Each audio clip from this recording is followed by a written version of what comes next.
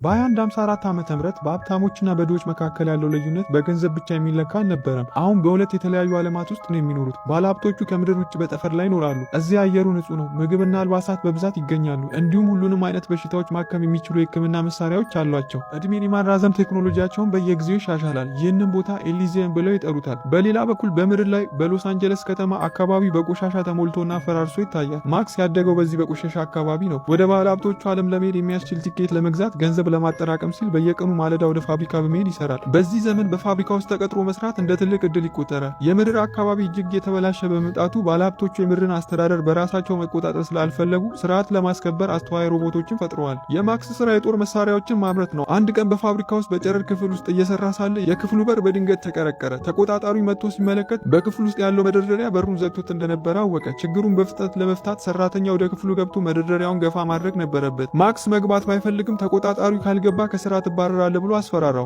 ማክስ ተገዶ ወደ ጨረር ክፍሉ ገባ። ነገር ግን በሩ በድንገት ተዘጋ። ሰውነቱ ለከፍተኛ ጨረር ተጋለጠ። የሚሰማው ህመም ከአቅም በላይ ነበር። ብዙም ሳይቆይ ራሱን ሳተ። ማክስ ዳግመኛ አይኑ ሲገልጥ ያየው ቀዝቃዛ ማሽኖችና አንድ ጠባብ ክፍልን ብቻ ነበር። አንድ ሮቦት ሊሞት እንደሆነ ነገረው። ማክስ እንደተተወ ተረዳ። ከኃላፊነት ነፃ የሚያደርግ ሰነድ እንዲፈርምም ተገደደ። ከዚያ ሮቦቱ ጥቂት መድኃኒቶችን ወረወረለት። መድኃኒቱ የጨረሩን ህመም ለጊዜው የሚያስታግስለት ሲሆን ለ5 ቀናት ያህል ብቻ በህይወት እንዲቆይ የሚያደርገው ነው። ማክስ ለመትረፍ ያለው ብቸኛ ዕድል ኤሊዚየም መድረስ እንደሆነ ተገነዘበ። ገንዘብ ተቀብሎ ድሆችን በድብቅ ወደ ኤሊዚየም የሚያስገባ ኬን የተባለ ሰው ዘንድ ሄደ። ማክስ የማያውቀው ነገር ግን ኬን ከጥቂት ቀናት በፊት 3 መርከቦችን ልኮ እንደነበር ነው። ሆኖም ግን ኤሊዚየም ውስጥ እጅግ ጨካኝ የሆነች የመከላከያ ሚኒስተር አለች። ከምድር የሚመጣ የሚመስላትን ማንኛውም መርከብ እንድትደመስስ ታዛለች። የሰዎችን ትኩረት ላለመሳብ ምድር ላይ የሚገኝና ማንኛውም አይነት ወንጀል ወደኋላ የማይለውን አንድ ወኪል ታዛለች። ይህ ወኪል በሚኒስተሯ የተሰጠውን መሳሪያ በመጠቀም በውስጡ አዛውንቶች ወይም ህጻናት መኖራቸውን ሳይመለከት መርከቦቹን በቀላሉ ያጠፋቸዋል።